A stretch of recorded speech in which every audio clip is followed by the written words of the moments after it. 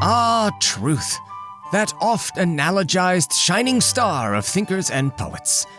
From whatever direction you feel its shining rays of contemplative warmth, be careful not to stare too directly, too hard, for too long.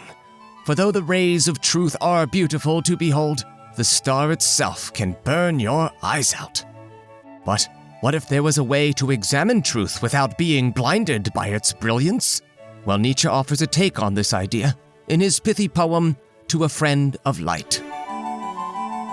Lest your eyes and senses fade, pursue the sun even in the shade. This couplet advises us to view the metaphorical sun of truth with the aid of a shaded perspective. To Nietzsche, many types of shade may help us safely gaze at various aspects of truth. One may use the shadow of previous knowledge, for example, as a starting point for developing new ideas. Or, the shadows cast by previous thinkers can encourage us to question and refine our own understanding.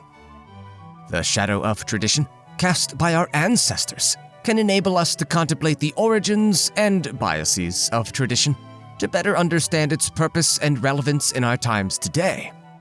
Even the shadows of our limited sensory experiences here on Earth, although pooh-poohed by past philosophers like Plato, may act like a shading hand placed above our brows, an albeit small but tactically useful shadow, at least for highly personal purposes.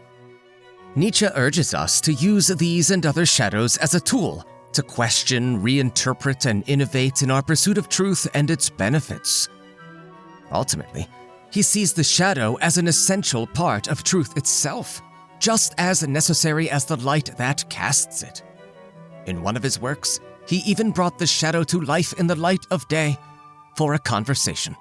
Quote, "You must know that I love shadows even as I love light. For the existence of beauty of face, clearness of speech, kindliness and firmness of character, the shadow is as necessary as the light. They are not opponents. Rather do they hold each other's hands like good friends. And when the light vanishes, the shadow glides after it."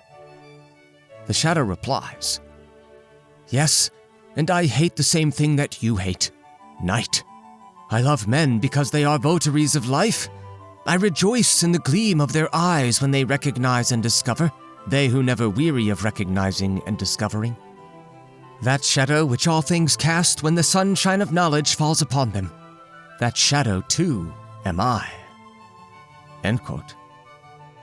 So, under what protective shades might you explore the dazzling light of truth, and thereby test and temper your wisdom without the worry of sacrificing your senses?